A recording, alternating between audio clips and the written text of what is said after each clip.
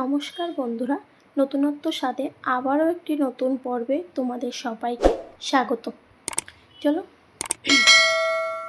এখানে একটি বাটিতে, ছোট বাটিতে আমি 4 চামচ চিড়ে নিয়ে নিয়েছি।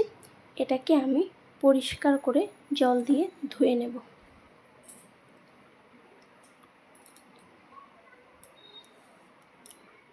এটাকে আমি ভালো করে ধুয়ে নেব।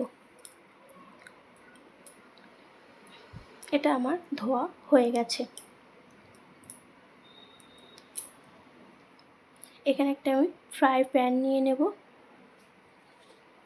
এর মধ্যে সামান্য একটু আমি ঘি দিয়ে দেব।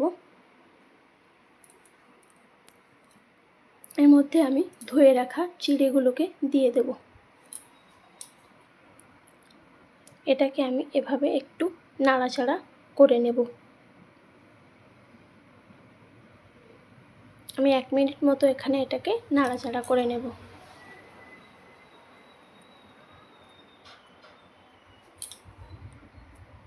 এখানে আমি হাফ কাপ মতো জল দিয়ে দেব চিড়েটাকে সিদ্ধ করার জন্যে। এভাবে আমি চিড়েটাকে কিছুক্ষণ সিদ্ধ করে নেব। দেখো, এখানে আমার চিড়েটা অর্ধেক প্রায় সিদ্ধ হয়ে গেছে।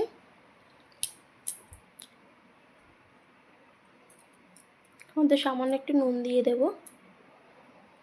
নুন দিয়ে চিড়েটাকে আমি আরও কিছুক্ষণ নাড়তে থাকবো।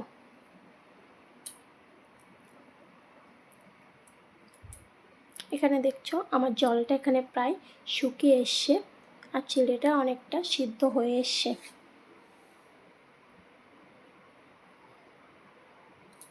আমি এর মধ্যে 1 চামচ তাল মিছরি দিয়ে দেব। এটাকে আমি ভালো করে নাড়াচাড়া করে নেব যতক্ষণ না তাল মিছরিটা গলে না যায়।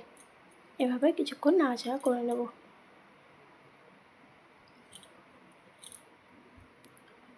দেখতে পাচ্ছ আমার জলটা অনেকটা শুকিয়ে গেছে। এর মধ্যে আমি হাফ কাপ মতো দুধ দিয়ে দেব। তোমাদের বাচ্চার যদি 1 বছর না হয়, তোমরা এখানে জল দিয়ে চিড়েটা রান্না করবে।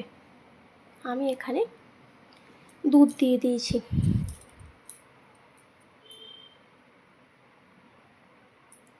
এটাকে আমি এভাবে আরও কিছুক্ষণ ফোটাবো যতক্ষণ না চিড়েটা ভালো করে সিদ্ধ হয়ে যায়।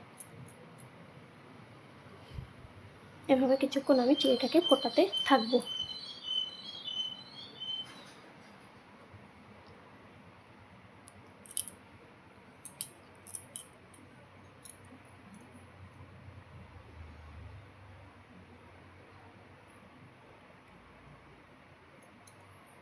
এখানে দেখতে পাচ্ছ চিড়েটা আমার একদম সিদ্ধ হয়ে গেছে। চিড়ের মধ্যে দানা দানা ভাব কিছু নেই। চিড়েটা সিদ্ধ হয়ে গেছে। চিড়েটা পুরো সিদ্ধ হয়ে দুধের সাথে ভালোভাবে মিশে গেছে।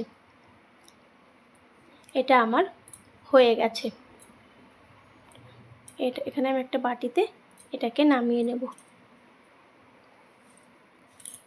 এখানে আমি একটা হাফ কলা নিয়ে নিয়েছি। কলাটাকে কাঁটা চামচের সাহায্যে আমি ভালো করে ম্যাশ করে নেব।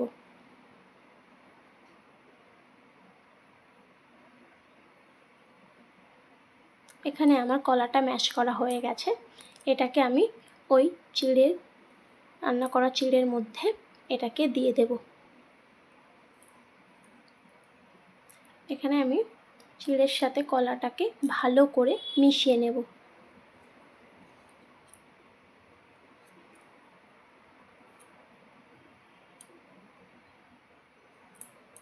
দেখতে পাচ্ছ এখানে কতটা সুন্দর হয়েছে। চিড়ের সাথে কলাটা ভালোভাবে মিশে গেছে। দেখো এখানে কতটা সুন্দর হয়েছে। এটা আমার বাচ্চা খাওয়ার জন্য রেডি।